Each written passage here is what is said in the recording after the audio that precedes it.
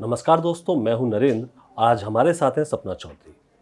आइए बात करते हैं उनसे उनकी फिल्म और उनके करियर को लेके। सपना जी, एनडीटीवी में आपका स्वागत है। धन्यवाद। सबसे पहले ये बताएं कि जो सपना जो सोशल मीडिया सेंसेशन है, यूट्यूब क्वीन है, वो मैडम सपना कैसे बन गई? लोगों ने बनाया। उन लोगों ने नहीं जो कुछ भी बोलते हैं, कुछ भी कहते हैं। आई थिंक उन लोगों ने जो किसी के काम की रिस्पेक्ट करते हैं, सराहना करते हैं, प्यार देते हैं और किसी के सक्सेस के पीछे कितना स्ट्रगल है उसको समझते हैं। तो मुझे लगता है कि मैडम सपना उन्होंने ही बनाई है। जी, आप मैडम सपना का जो टीजर भी आया, आपकी फिल्म है जो आने वाली, आपकी बायोपिक है, उसमें आप कहते हैं कि मैडम सपना पे आकर आपका स्ट्रगल खत्म हो जाता है। हाँ, तो ये क्या है, ये बताएं। ये रिस्पेक्ट है। मुझे लगता है कि जैसे मैं जिस फील्ड में काम करती हूँ, लोग उसको किसी भी नज़र से देख सकते हैं। और जब वो मैडम सपना मैंने पहली बार सुना था तो मुझे लगता था अभी तो बहुत इज़्ज़त मिलने लग गई, अभी तो लोग रिस्पेक्ट करने लग गए। तो मुझे लगता है वो लोग मुझे मेरे गानों के नाम से जानते थे, फिर उनको पता लगा सपना है, सपना नाम है, फिर उन्होंने कहना शुरू किया अरे नाचती तो है, फिर उन्होंने डांसर कहना शुरू किया, फिर परफॉर्मर कहना शुरू किया, लेकिन कहीं दिल को तसल्ली मिलती ही नहीं थी। फिर जब मैडम सपना बोला जाने लगा तो ये आपने बायोपिक बनवाने का फैसला क्यों लिया? नहीं, मैंने नहीं लिया बनवाने का। आपने परमिशन दी आखिरकार? हाँ, परमिशन मैंने दी। मुझे लगा कि लोगों को पता लगना चाहिए, क्योंकि महिला को चाहे वो किसी भी फील्ड में काम करती हो, उसके प्रोफेशन के हिसाब से जजमेंट मिलता है। तो उसके पीछे वो इंडिविजुअल कैसी है, वो पर्सनली कैसी है, वो इंसान कैसी है, लोगों को ये समझ नहीं आता। तो मुझे लगता है कि लोग बायोपिक के ज़रिए समझेंगे कि ठीक है, मैं परफॉर्मर हूँ, वो मेरा जॉब है, लेकिन वहाँ तक पहुँचने के पीछे कितने उतार चढ़ाव आए हैं, क्या क्या फेस किया है। और मैं जहाँ से आती हूँ, ऑफ कोर्स पुरुष प्रधान समाज है, और एक लड़की के लिए वहाँ निकलना, स्टेज पे परफॉर्म करना, बहुत ज़्यादा मुझे लगता है उस टाइम पे ये बोल्ड डिसीजन था। तो यस, मुझे लगता है कि बहुत कुछ चेंज होगा, लोगों का प्रिस्क्रिप्शन बदलेगा, देखने का नज़रिया बदलेगा। और ये कहानी मेरी नहीं है, हर औरत की है, हर लड़की की है जो निकल के बाहर काम करना चाहती है, जो चाहती है कि हाँ लोग रिस्पेक्ट करें। आप प्रोफेशन के हिसाब से जजमेंट जब तक देते रहोगे लोगों को, मुझे लगता है नहीं काम चलेगा। जी, अब जब मैडम सपना की हम बात कर रहे हैं तो उसमें आपका किरदार आप खुद निभाएंगे? नहीं, मैं नहीं निभाऊंगी। और अब अभी आप ये भी नहीं पूछ सकते कि कौन निभाएगा। तो वो तो सरप्राइज है, आपको वेट करना पड़ेगा। जी, हमने इसको लेके एक और चीज़ पढ़ी है कि आपने एक थिएटर अपने लिए खाली रखवाया जब ये फिल्म रिलीज हुई। हाँ, तो वो क्या कहानी है? वो ये कहानी है कि मैं चाहती हूँ कि पर्सनली जब मूवी आए तो सिर्फ उस थिएटर में मैं और मेरी माँ बैठ के वो मूवी देखे, बस। तो उसके पीछे क्या वजह है? क्योंकि ये कहानी सिर्फ मेरी नहीं है, मेरे से ज़्यादा तो मेरी मम्मी की है। तो मुझे लगता है मुझे बनाने के पीछे सबसे बड़ा हाथ, सबसे बड़ा योगदान जो है वो उन्हीं का है, उन्हीं का आशीर्वाद है। तो मैं चाहती हूँ कि मैंने जो स्ट्रगल किया है वो तो बहुत परे आता है, उन्होंने जो मुझे दिया है, उन्होंने जो स्ट्रगल किया है मेरे साथ साथ, वो ज़्यादा बड़ा था। तो मैं चाहती हूँ अगर कोई सबसे पहले उस मूवी को देखे तो वो मेरी माँ हो, और मैं उनके साथ थिएटर में अकेली बैठ के देखूँ। जी, अब जिस हम समाज की बात कर रहे हैं, पुरुष प्रधान समाज की हम बात कर रहे हैं, जहाँ से आप निकले, जब आप पहला कदम घर से बाहर रख रहे थे तो माँ ने क्या कहा था आपसे? माँ ने कुछ नहीं कहा था उस वक्त। तो माँ भी थकी थी, ऐसी बात नहीं है, थकान होती है, इमोशंस आते हैं बाहर, बुरा भी लगा था उनको, पर ठीक है, हम धीरे धीरे समय के हिसाब से ढलते गए, हमें समझ में आने लगा, हमें पता लगने लगा कि कौन क्या ओपिनियन रखता है, वो मायने रखता ही नहीं। हम क्या कर रहे हैं, अगर जब तक हमारा अंदर ये आवाज़ नहीं दे रहा कि ये गलत है, तब तक वो गलत नहीं है। और वो अंदर से कभी आया ही नहीं। तो मम्मी ने मेरे को कुछ नहीं बोला, मम्मी ने तो बस ये बोला कि चलो कर हर मैदान फतेह। जी, जब पहली परफॉर्मेंस आपने दी तो कैसा अनुभव था आपका, कैसा लगा आपको? ऐसा अनुभव था, जब मैं स्टेज पे चढ़ी थी मुझे लगा था इन मर्दों ने औरत देखी ही नहीं है। ओके। तो जितने भी लोग थे, जी।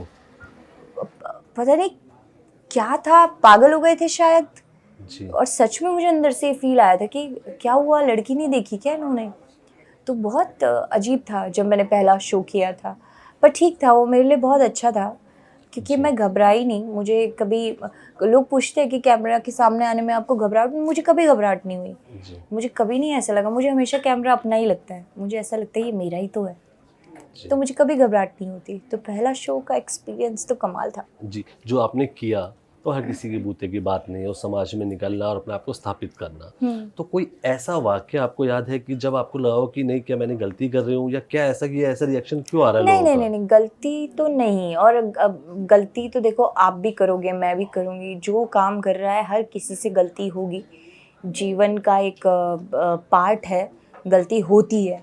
पर गलती अपनी होनी चाहिए बस। जी। दूसरों के बहकावे में आके अगर कुछ गलत करो तो वो गलत है। जी। गलती उससे सीख लो, पर होनी खुद की ही चाहिए। जी।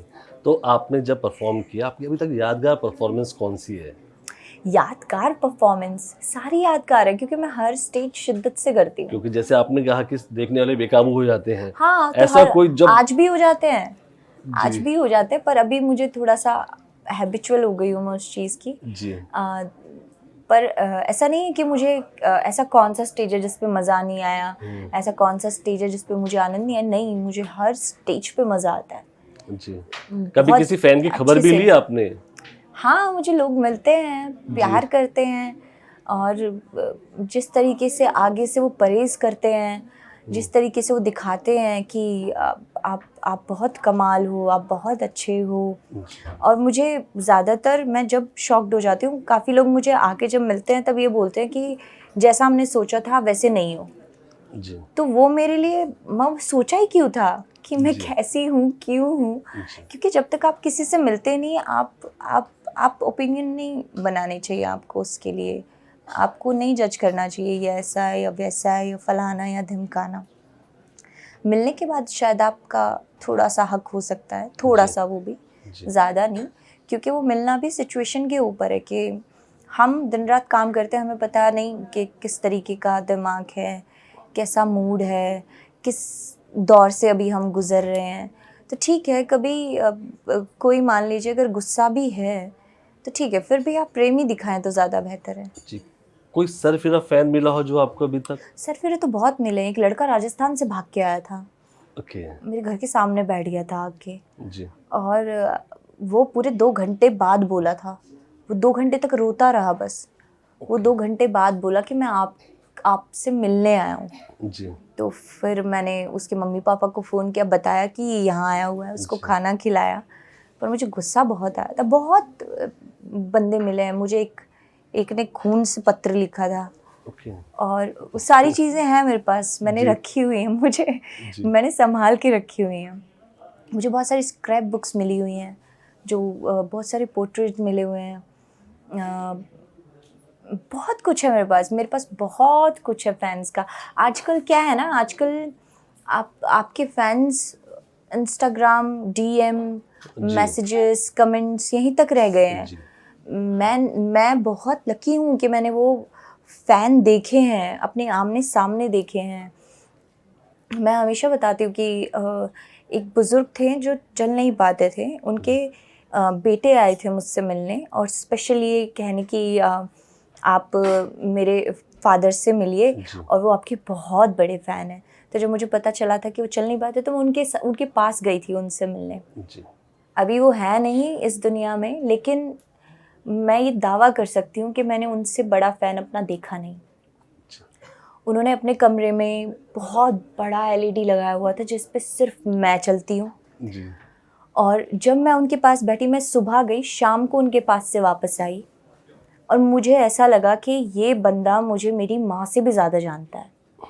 मैंने इतनी बातें की उनसे, उन्होंने मुझे मेरे ही गाने स्क्रीन पे दिखा दिखा के बताया, इसमें तू मायूस है, इसमें तू खुश है, बाल इतने मत खोला करो, इतना बांध के रखा करो, ये कलर मत पहना करो, ये अच्छा लगता है, ये अच्छा नहीं लगता है। और मैं ऐसे सोच रही थी कि इतनी गहराई से कौन देख सकता है मुझे। और उनका हर एक जजमेंट क्लीन था, बिल्कुल बिल्कुल वो करेक्ट बोल रहे थे। जिनमें उन्होंने बोला ना कि हाँ इसमें तेरा दिमाग खराब है, तू दिल से परफॉर्म नहीं करी, वो करेक्ट थे, वो सच था कि मैं नहीं थी खुश। जिसमें उन्होंने बोला इसमें तू बहुत बढ़िया मज़े से काम कर रही है, उसमें मैं सच में खुश थी। तो फैंस मैंने ऐसे ऐसे देखे, मुझे लगता है किसके पास नहीं मिलेंगे। जी, अभी हम तेरी आँखें का जो काजल गाना है, इसके पीछे की कहानी बताइए। हम लोग क्लिप्स में देखते हैं, वीडियोस देखते हैं, इसके पीछे की कई लोगों को ये लगता है कि मैंने गाया, मैंने नहीं गाया, मेरी इतनी मर्दाना आवाज़ नहीं है पहले तो। वो गाना पहले से ही रिलीज था सोनोटेक पे। तो जब मैंने सोनोटेक में एग्रीमेंट साइन किया तो सोनोटेक ने मुझे 15 गाने दिए थे, जिनमें से उन्होंने बोला था कि आप सेलेक्ट करो, परफॉर्म करना। उन्होंने मेरे को 15 के 15 गाने दिए थे, मैंने उनमें से सेलेक्ट किए, जिनमें से आँखिया का काजल, काचे कटा दूंगा, बोल तेरे मीठे मीठे, बंदूक चल गई, ये कुछ सेलेक्टिव गाने थे जो मैंने उनमें से उठाए थे और मैंने कहा था मैं इन पे ही परफॉर्म करूँगी। और वो सबके सब चले। तो उन्हीं में से था आँखिया का काजल। और आँखिया का काजल जब मैंने परफॉर्म किया उससे भी 5 साल पहले से रिलीज था जी। तो पता नहीं शायद मेरा इंतजार था गाने को। वो आपसे जोड़ दिया गया उस गाने को, है ना? नहीं, जोड़ नहीं दिया गया, गाना तो मेरा ही है। मतलब मैं हक से बोलती हूँ ये बात, गाना मेरा ही है जी, बिल्कुल, और मेरा ही रहेगा। काफी लोगों को दिक्कत है इस बात से, पर मुझे दिक्कत नहीं है, होने तो जिसको दिक्कत है, पर गाना मेरा ही है जी। अब आखिर जो काजल की हम बात कर रहे हैं, इसके अलावा वो कौन सा गाना जो सबसे करीब है आपके?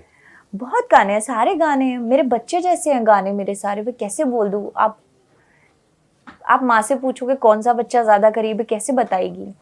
सारे गाने मेरे लिए ऐसे ही हैं, तो मैं नहीं बता सकती। चलिए आपकी मॉम की बात करते हैं, उनका कौन सा आपका पसंदीदा गाना है? उनको तो बहुत सारे गाने, एक जेवड़ी करके एक गाना है जो सोनोटेक से ही रिलीज हुआ था, उनको वो बहुत पसंद है। गजबन उन्हें बहुत पसंद है जी। और बोलते रहे मीठे मीठे उनको बहुत पसंद है। अभी हमारा रिसेंट में एक हिट हुआ गाना जले 2, उनको वो बहुत पसंद है। तो उनकी तो पसंद बिल्कुल अलग है जी। अब हम जब मैडम सपना की बात करते हैं तो कुछ हमने ये भी पढ़ा है कि आपने कहा कि इसमें सब दिखाया जाएगा, कोई इसमें काट छाट नहीं होगी, फिक्शन तो बिल्कुल नहीं होगा। हाँ, मेरी शर्तें ही 2 थी फिल्म के लिए कि फिक्शन, नो फिक्शन, कहीं से कहीं तक मेरे को चाहिए ही नहीं, क्योंकि मेरे को लगता है ज़रूरत ही नहीं है। अगर आप मेरी जीवनी को वैसे ही दिखाते हो जैसा हुआ है तो उससे बेस्ट स्क्रिप्ट ही नहीं है। और दूसरी ये थी कि जब भी सीन शूट होंगे मैं वहाँ बैठूंगी, मैं देखूंगी और मुझे वो सीन वैसे ही चाहिए जैसा हुआ है, वो मेरे दिमाग में है, मुझे पता है कि मैंने उनको कैसे इमेजिन किया है, कैसे देखा है, वो मेरे विजन में है। तो मतलब आपके बिना फिल्म शूट नहीं हो सकती? हर सीन पे बैठूंगी मैं जी। तो अगर अब देखिए, अभी तो हमें पता नहीं एक्ट्रेस कौन है, अभी आप भी नहीं बताएंगे, लेकिन आपको लग रहा है कि वो एक्ट्रेस आपके उसके स्तर का काम कर पाएंगी? देखिए, मैं हमेशा ये ज़रूर बोलती हूँ, एक्ट्रेस बिल्कुल कर लेगी, क्योंकि जो इमोशंस हैं वो एक एक्ट्रेस का काम है, इमोशंस निकालना, जो एक्ट करना। लेकिन अटकता काम वहीं जाके है जिसमें एक बंदा, क्या बोलते हैं, परफेक्ट हो, तो डांस पे जाके अटकता है ना। तो वही मैं कह रहा हूँ कि आपको बहुत मेहनत करनी पड़ेगी वहाँ बैठ के, क्योंकि वो एक्ट्रेस जो करेगी, लेकिन हाँ, मैं भी खुद बोलती हूँ, मुझे बोलो कि वैसे ही परफॉर्म करना, मैं भी नहीं कर पाती। तो उनके लिए तो फिर वो काम है, और उनको वैसे की वैसे उतारना मुझे लगता है बहुत मुश्किल है। मुश्किल होगा, आपने मुश्किल काम डाल दिया डायरेक्टर। हाँ, करना पड़ेगा ना, जो पूरी शिद्दत से करेगी वो तो कर ही लेगी जी। अब हम, आपका एक लंबा संघर्ष रहा है, हमें तो सिर्फ गाने दिखते हैं, चकाचौंध दिखती है, लेकिन उसके पीछे एक संघर्ष रहा है। तो अपने जीवन का सबसे बड़ा टर्निंग पॉइंट आप किसे मानते हैं? बहुत से टर्निंग पॉइंट्स है। आपको एक मोड़ जिसने जिंदगी बदल दी आपकी? नहीं, जिंदगी आप ऐसे कैसे बोल सकते हो? एक तो मेरे को लगता है संघर्ष खत्म कब होता है, होता ही नहीं। संघर्ष तो चलता रहता है, 24 घंटे चलता रहता है। लाइफ स्ट्रगल ही तो है, करते रहो करते रहो करते रहो करते रहो। और टर्निंग पॉइंट्स तो जब आप स्ट्रगल करते हो, आप लाइफ जी रहे हो, तो बहुत आते हैं, उतार चढ़ाव तो आते रहते हैं, लेकिन बदलाव कैसा, आप कैसा बदलाव समझ, मतलब कैसा देखिए, बदलाव क्या होता पूछ है कि रहे हम हैं? जिंदगी में हमने कुछ काम शुरू किया, फिर जो स्थापित होता है, हमारी पहचान बनती है, तो वो कौन सा मौका था जब? जब पहली बार मुझे ऐसा महसूस हुआ कि हाँ मुझे लोग जानने लगे, वो था जब सॉलिड बॉडी गाना, ओके। उसकी जो वीडियो थी, उसका जो डांस वीडियो था, वो बहुत हिट हो गया था। और उस टाइम पे फेसबुक और व्हाट्सएप पे चलता था, यूट्यूब का भी इतना क्रेज़ नहीं जी। था। तो वो गाना वहीं हिट हो गया, व्हाट्सएप पे, फेसबुक पे। तो लोगों को पता नहीं था कि मेरा नाम क्या है या मैं कौन हूँ। तो मैं मेरी मम्मी के साथ जा रही थी रिक्शा में बैठ के, जी। और मैंने उतर के 2-4 लड़कों के साथ फ़ोटो खिंचवाई पहली बार। जी। उन लोगों ने मुझे बोला कि आप वो हो ना, देखिए हमने आपका गाना देखा है, आप ऐसे घूम रहे हो, आप पैदल पैदल घूम रहे हो, जी। गजब बात है। तो वो मेरे को लगा था कि हाँ यार, लोग जानने लग गए। जी। तो मुझे लगता है हाँ, वो मेरे जीवन में पहला मोमेंट ऐसा जो मैंने फ़ोटोज़ खिंचाई थी, लोग मुझे मिल के गए थे, जी। मुझे बता के गए थे कि हमने आपको देखा है। तो वो था। जी। अगर हम अभी की बात करें, आपके काफ़ी गाने आ गए हैं, आप फ़िल्मों में भी आ चुके हैं अभी। लेकिन जब बिग बॉस में आप आए हैं, तो बहुत उम्मीद थी कि आप तो धूम-धाम मचा देंगे वहाँ पर। नहीं, लेकिन धूम-धाड़ मचाई ना मैंने, मुझे इतने बहुत दिन कम रहे। मौकों पे आते थे, आप बहुत अलूप से रहते थे नहीं नहीं, उसमें। वो मुझे लगता है वो मेरा जोन ही नहीं था। आज मैं जब सोचती हूँ तो मुझे लगता है नहीं, वो मैं थी नहीं। मैं बहुत शांत शांत सी हूँ। जी। पर अभी मैं बिग बॉस की कभी क्लिप्स देखती हूँ तो मुझे लगता है ये मैं हूँ ही नहीं, ये पता नहीं कौन थी। तो क्या वजह रही थी उसकी? शायद वो घर ही ऐसा है, आप ये बोल ओके। सकते हो। क्योंकि सलमान हर वीकेंड के बारे में काफ़ी कोशिश करते थे आपको कि आप आ जाओ फॉर्म में एक बार ना। नहीं, पर मैंने फॉर्म में आना बंद कर दिया था। मैं थोड़े ही दिन फॉर्म में रही, मैं मम्मा मेरे से नहीं होगा, बंद करो इसको। जी। तो फिर मैंने कहना भी शुरू कर दिया था कि मुझे बाहर निकालो, मेरे से नहीं हो रहा। जी। तो मेरे को लगता है जो उस घर में 3 महीने 4 महीने टिक रहा है, हेड्स ऑफ है उसको, ठीक है, मेरे से तो नहीं रहा जाएगा। जी। जैसे कई सेलिब्रिटीज़ रहते हैं, आपकी परफ़ॉर्मेंस को लेके, उनको लेके बड़ी उनके अजीब-सा उनका रवैया भी रहा आपके, आपने उनको जवाब भी दिया बहुत सही से, वो आपके दोस्त भी बने बाहर आके। तो किस तरीके से हैंडल करते हैं आप इन लोगों को? बिग बॉस की बात कर रहे बिग हैं आप? बॉस या बाहर भी जब ये लोग मिलते हैं? नहीं, मैं क्यों हैंडल करूँगी? अगर मेरे को सामने से कोई आके प्रेम से बात करेगा, मैं प्रेम से बात करूँगी। कोई ढंग से बात नहीं करेगा तो मैं किसी को मुँह भी नहीं लगाऊँ। क्योंकि आपके शो पे आए, आपके घर तक पहुँचे, फिर लोग वही लोग। हाँ, अगर किसी ने अब भी कोई भी आएगा, मेरी किसी से कोई दुश्मनी थोड़ी है, जी। या ऐसा थोड़ी है कि मुझे किसी से जलन है, या ऐसा नहीं है कि मुझे कोई पसंद नहीं है। ठीक है, सब अपनी अपनी ज़िंदगी जी रहे हैं, सबको अपना अपना अधिकार है जीने का। लेकिन अगर कोई मुझसे प्रेम से बात करेगा, मैं प्रेम से बात करूँगी। कोई मेरे से उल्टी बात करेगा तो फिर मैं, तो कोई दोस्त है अभी उस ज़माने का, या अभी हाँ, सब है दोस्त तो। मिलना-जुलना होता है या नहीं? मिलना जुलना तो बहुत कम रहता है, सबको अपना अपना काम है, लेकिन ऐसा नहीं है कि दोस्त नहीं है, दोस्त हैं, 1-2 को छोड़ के। जी। वो कौन है? चाहिए भी नहीं, अर्शी है एक, तो नहीं चाहिए मुझे, जी। क्योंकि मुझे बनावटी बंदे नहीं अच्छे लगते, जो आगे से कुछ पीछे से कुछ, वो मुझे नहीं पसंद। जी। देखिए, अब बिग बॉस तो एक पहलू हुआ, उसके अलावा आपने भोजपुरी फ़िल्मों में भी आपने एक सॉन्ग किया, है ना? पंजाबी फ़िल्मों में भी किया और बॉलीवुड में भी किया। तो ये जर्नी किस तरह की रही? सबसे ज़्यादा प्यार, यानी जो सबसे ज़्यादा मज़ा आपको कहाँ आया करने मुझे में? मज़ा हरियाणा में ही आता है, ये कोई हरियाणा पूछने का आता है। सवाल ही नहीं है, क्यों मुझे हरियाणा ही अच्छा मुझे लगता है कि मैं, अगर मेरे अंदर की बेस्ट परफॉर्मर निकल सकती है तो वो हरियाणवी है। ऐसा नहीं है मैं पंजाबी परफॉर्म कर सकती हूँ, मैं भोजपुरी परफॉर्म कर सकती हूँ, बॉलीवुड परफॉर्म कर सकती हूँ, मैं ठीक ठीक डांसर हूँ, लेकिन मुझे लगता है कि मैं शिद्दत से परफॉर्म जब भी करती हूँ जब हरियाणवी बजता है, जी। तो वो अंदर से आता है, जी। बिल्कुल अंदर से, तो बढ़िया है वो। जी। क्योंकि बॉलीवुड में भी आपने काम किया है हाँ, ना, मैंने उसमें भी किया है। आपने काम किया, तो फिर आगे कंटिन्यू क्यों नहीं रखा उसको? नहीं, कंटिन्यू है, जो मेरे हिसाब का काम आता है मैं वो करती हूँ, जो मेरी टर्म्स पे खरा उतरे, जो मुझे लगता है कि मेरे हिसाब से हो रहा है, मैं कंफर्टेबल हूँ इसे करने में, तो मैं ज़रूर करती हूँ। तो सपना चौधरी, गुस्सा कब आता है? जब कोई अजीबोगरीब चीज़ देखती है, गलत देखती है, तब। कब आया था लास्ट टाइम? लास्ट टाइम कब आया था नहीं याद नहीं, कम ही आता है मुझे गुस्सा, जी। पर ठीक है, आता है तो मतलब वो 6 महीने का इकट्ठा ही फटता है। एक आधी बार, जी। तो वो ज़्यादा हो जाता है। जी। आप बॉलीवुड में भी काम किया है ना, उसको देखें, और बिग बॉस में भी आए, काफ़ी लोकप्रियता आपको मिली उससे भी। तो कोई ऐसा एक्टर या सुपरस्टार जिसके साथ काम करने का मन हो, या चलो यार इनके साथ काम कर लेंगे? नहीं नहीं, ऐसा कुछ नहीं कि मुझे इसके साथ काम करना है या उसके साथ काम करना है। मुझे बस अच्छा काम करना है, बढ़िया काम करना है, और वो काम करना है जिसमें मुझे खुशी मिले। और वो काम यही नहीं है कि मुझे खाली स्टेज तक सीमित रहना है या किसी रियलिटी शो तक सीमित रहना है, नहीं, मुझे सब करना है, बस अच्छा करना है।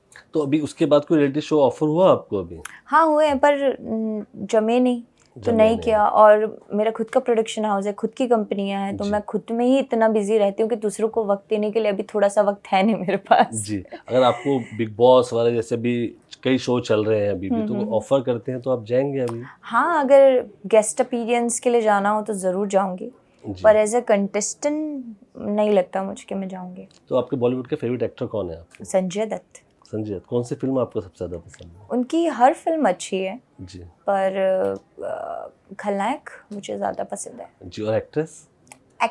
एक्ट्रेस आप काम के तौर पे बोल सकते हो, मुझे काम बहुत ज़्यादा पसंद है। जैसे कंगना रनौत का मुझे काम करने का तरीका बहुत पसंद है, वो बहुत कमाल की एक्ट्रेस हैं। माधुरी बहुत पसंद है मुझे श्रीदेवी जी बहुत पसंद हैं, और मुझे ऐश्वर्या राय बहुत पसंद है। मुझे लगता है मैं उनसे सीखती हूँ, जिनसे कुछ सीखने को मिले अपने ही काम में, तो वो मुझे पसंद है। तो सपना चौधरी एक बार छोटा मोटा सा पॉलिटिक्स से जुड़ के दूर हो चुकी हैं, तो आने वाले समय में फिर दिखेंगी क्या पॉलिटिक्स में? नहीं, मुझे नहीं लगता कि मैं पॉलिटिक्स कर पाऊंगी। मैं ना बहुत सीधी सीधी सी हूँ, तो मेरा दिमाग टेढ़ा मेढ़ा चलता नहीं। जी। और मुझे लगता है कि पॉलिटिक्स करना मेरे बस की बात नहीं है। जहाँ आप शिद्दत से और पूरी गहराई से वक्त दे पाओ। और झूठ भी बोल पाओ, ये नहीं कर नहीं सकते झूठ आप? वूठ नहीं बोला जाएगा, झूठ जी। तो मैं भूल ही नहीं सकती, होता ही नहीं मेरे से। सबसे बड़ा झूठ कौन सा बोला था लाइफ में आपने? मैंने सबसे बड़ा झूठ नहीं, मुझे नहीं याद, क्योंकि मैं बहुत बहुत रेयर होता है कि मैं झूठ बोल दूँ। मैं इनफैक्ट काफ़ी आर्टिस्टों को मैंने देखा है कि जब शो पे जा रहे होते हैं तो अभी 10 मिनट में पहुंच रहे हैं, अभी 5 मिनट में पहुंच रहे हैं, मेरे से वो भी नहीं होता। मैं एग्जैक्ट टाइम ही बताती हूँ, इतना दिखा रहा है भाई, आपको वेट करना पड़ेगा अगर मैं लेट हो रही हूँ तो। क्योंकि मुझे लगता है वो छेड़छाड़ है, ऐसे नहीं करना चाहिए, क्योंकि 10 मिनट बाद तो बंदा परेशान होगा ही ना। तो नहीं, मुझे नहीं लगता कि झूठ नहीं बोला जाता। जी। आप एक परफॉर्मर हैं, तो कितने दिन की रोज़ रिहर्सल करती हैं, या अपने आप को कुछ नहीं, कोई रिहर्सल नहीं बैक स्टेज पे? शुरू से ही मैं सिर्फ गाने सुनती हूँ। जिस गाने पे मुझे परफॉर्म करना है वो गाना मैं 5-7 बार लगा के गानों में लीड और सुन लूँगी, या तो गाड़ी में बजाऊँगी, जितनी बार सुन सकती हूँ उसको सुनूंगी, और डायरेक्ट स्टेज पे ही करूँगी। कोई मतलब किसी से कोई नहीं। कोरियोग्राफर कुछ नहीं? नहीं।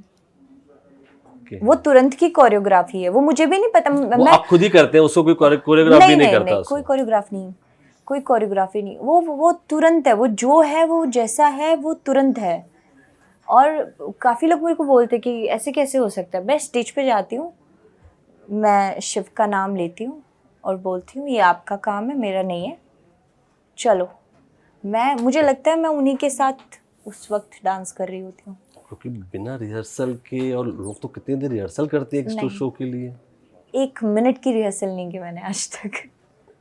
हाँ, जब गाने वाने हमें शूट करने होते हैं वो तो खैर, वो तो वीडियोस के लिए हो हाँ, गया है। वो अलग है, लेकिन स्टेज के लिए मैंने आज तक कोई रिहर्सल नहीं की। जी।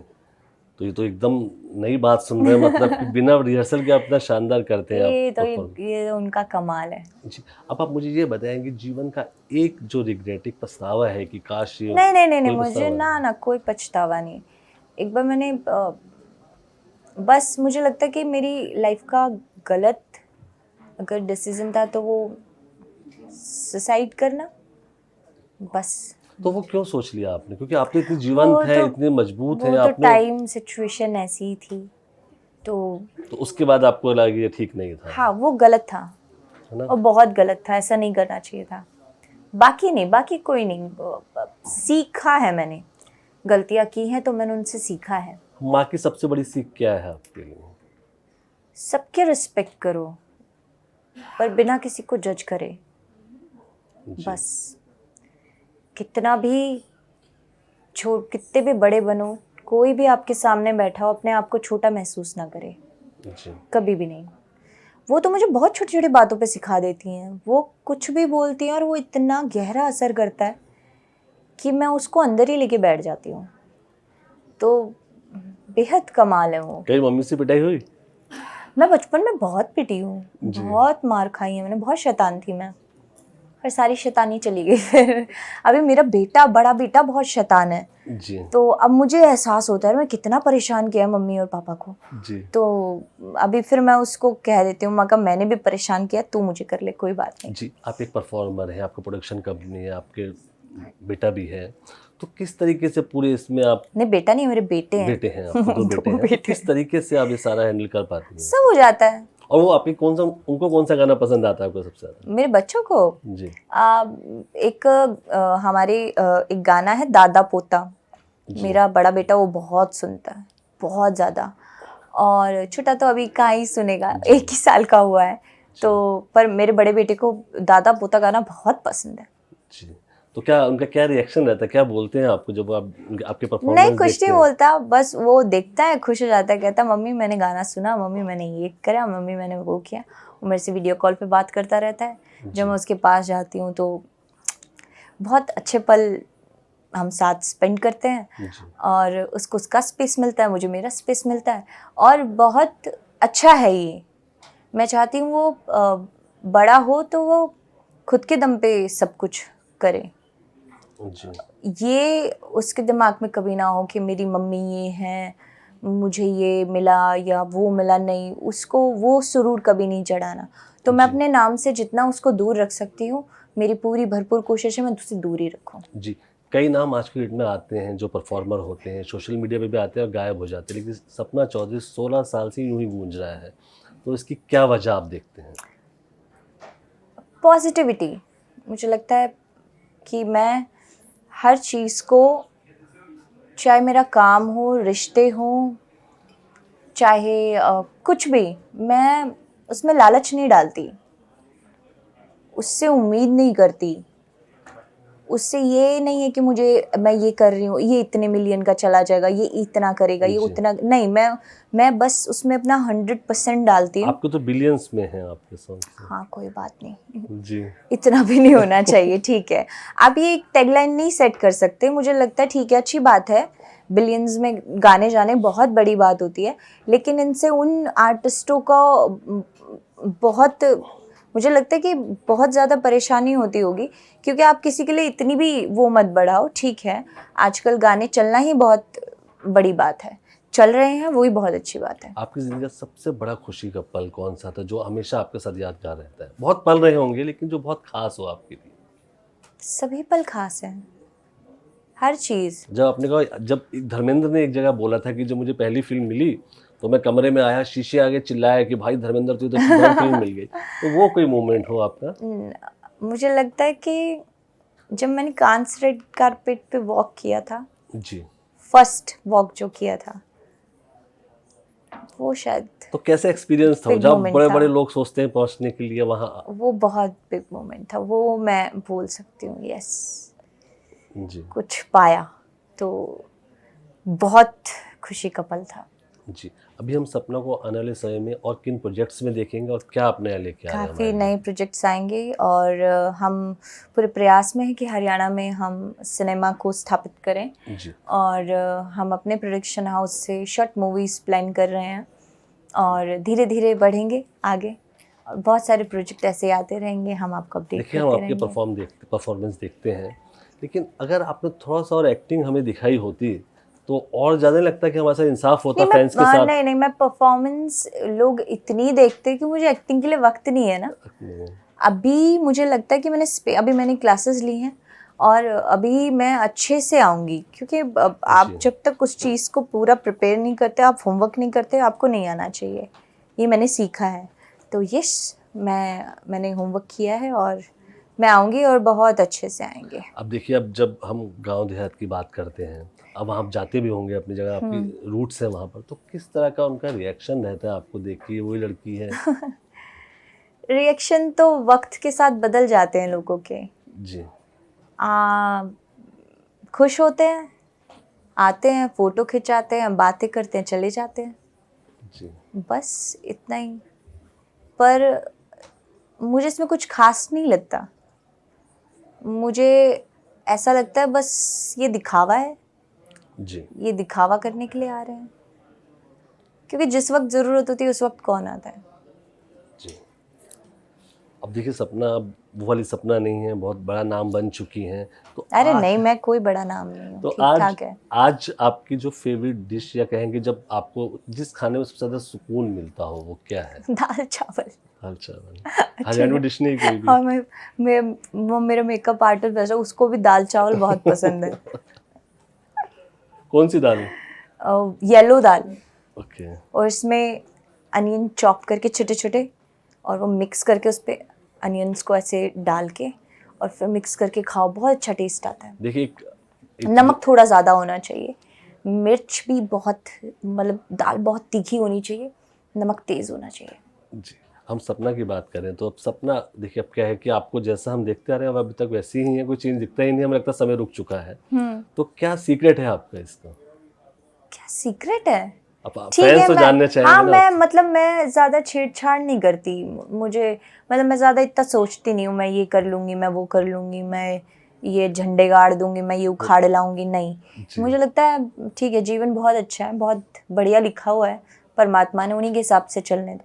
जी, आपका पसंदीदा गाना जो अक्सर आपके मन में आता है जब निराश हो या खुश हो, आपके मन में वो गाना आता हो, हिंदी फिल्म का हो, कोई भी लैंग्वेज हाँ, हो? बहुत गाने हैं ऐसे तो, पर एक गाना है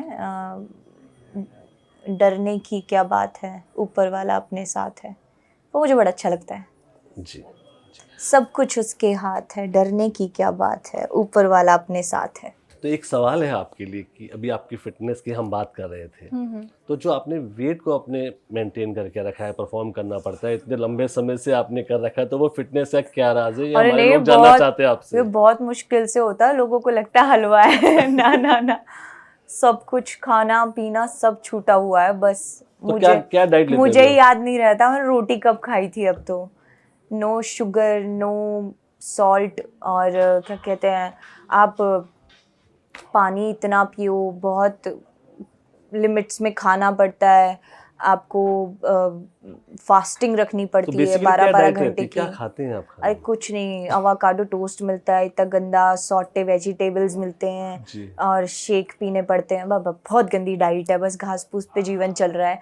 मैं तो बस काम की वजह से बस पतला होना पड़ता है, नहीं तो मैं बढ़िया ऐसी मोटी ताजा मिलूँ आपको। 108 किलो वेट हो मेरा, मैं खूब खाऊं, खूब खाऊं, खूब खाऊं। कोई चीट डे भी होता है आपका? हाँ, हो जाता है। फिर मुझे एक पेस्ट्री बहुत पसंद है, रेनबो पेस्ट्री। ओके। और कभी लगता है ना कि हाँ अब तो बस बहुत हो गया, क्योंकि अब तो पता भी नहीं लगता, 1.5 महीना हो जाता है कि कब खाया था लास्ट अपने पसंद का कुछ जी। अच्छा।